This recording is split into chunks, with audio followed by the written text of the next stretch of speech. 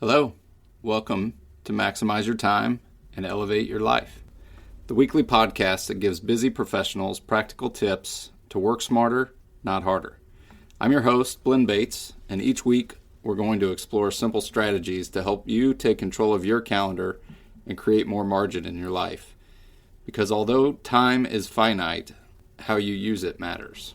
Welcome back. What if I told you that your life isn't determined by what you do occasionally, but that it's determined by what you do consistently? And most of those actions aren't decisions, they're habits. That's what I want to talk about today is our habits. James Clear's book, Atomic Habits, says you don't rise to the level of your goals, you fall to the level of your systems.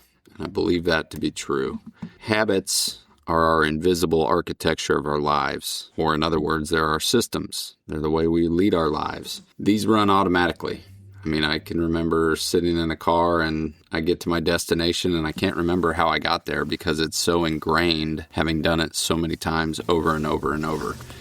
These are things like how you start your day, how you respond to stress, how you manage your time. Those are all our habits. And I know when I think about waking up in the morning, I do very much the same things every single day. Brush your teeth, do all those things. And I bet for most people, it's pretty similar on a day-to-day basis. And that's not something that we've necessarily created. That's just what we do. And those are our habits. So there's a difference between good habits and bad habits. Our good habits compound in our favor and they increase our positive outcomes. Our bad habits are compounding against us. And those are the reasons why we have some of the negative outcomes. So every habit we have is a vote for the type of person we want to be.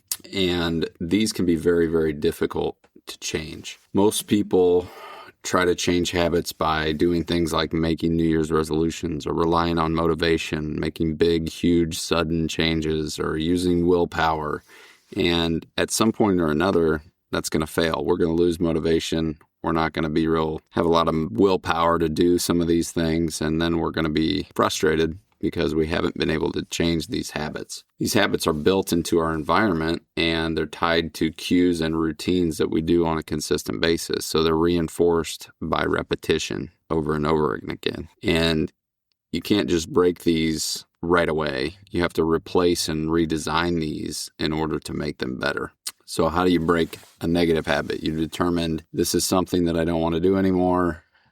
One of the ways is you could make it harder. So increase friction around that. Move your distractions away from you. Log out of your apps or remove the things that are the triggering events that cause you to pick up that phone and start doom scrolling. And we've talked before about brick device. We've talked about a don't do list, how to control the email, things like that. The more difficult we make these things, the more likely it is that we're going to be able to change that habit around it. So we could ask ourselves, what triggers this habit? And then maybe remove that cue. If scrolling is caused by stress, maybe we notice that stress is creeping in and we go for a walk instead. If our destructive snacking is caused by boredom, maybe we remove those unhealthy snacks from our house. If notifications are the reason why we're checking our email constantly, maybe we turn those notifications off. Change our environment where we don't have a phone in the bedroom. We don't have those notifications dinging at us. Change our workspace around so that it's clean. We're not stressed out right when we walk into the office.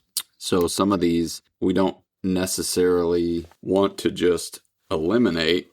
We want to replace with better habits, because if we just eliminate our bad habits, it's going to leave a gap. And so we want to replace those things with, okay, here's the trigger. Instead of scrolling, I'm going to go for that walk. Or instead of grabbing that soda out of the fridge, I'm going to pour a glass of water.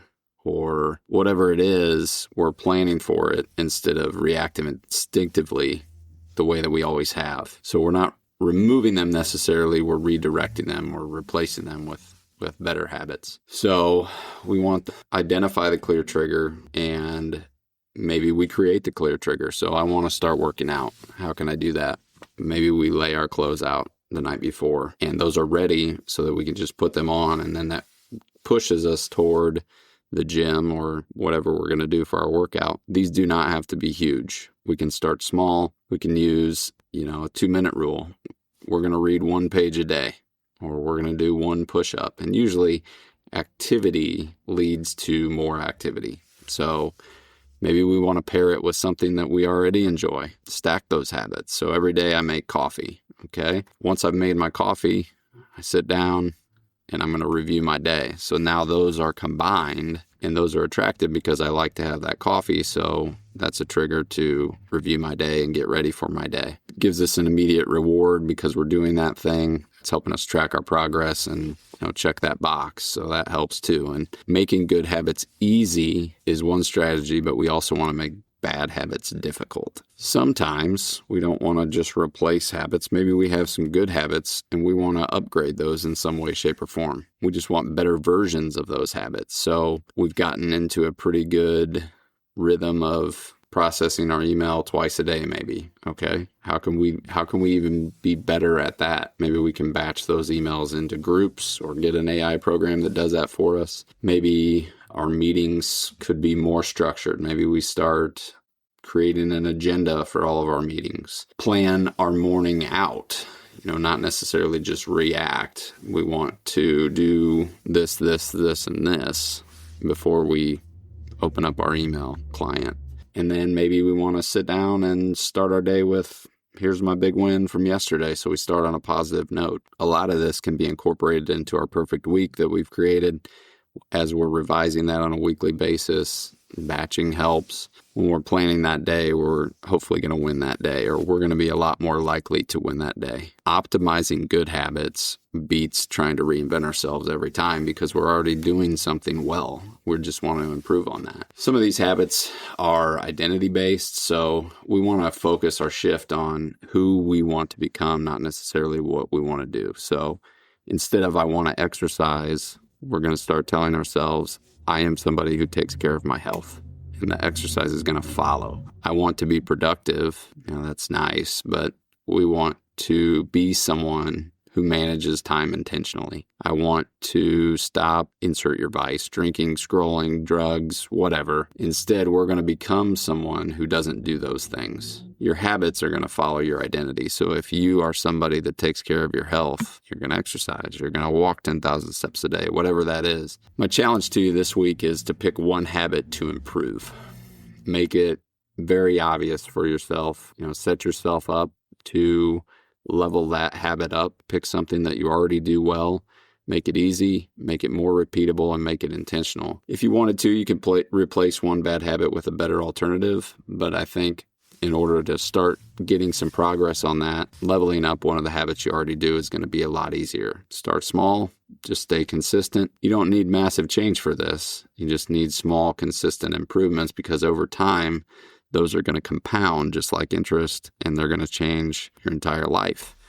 When we're building better habits, we're improving our operating system for our life. That's how we're going to maximize our time and elevate our life. Thanks for listening to Maximize Your Time, Elevate Your Life. If you enjoyed today's episode, subscribe and share it with someone who could use a little more time freedom. If you're ready to maximize your time, please navigate to our consulting page on my website, which is blendbates.com, and submit the right fit evaluator to see if I can help you elevate your life. Remember, time is limited, but your potential isn't. I'll see you next week.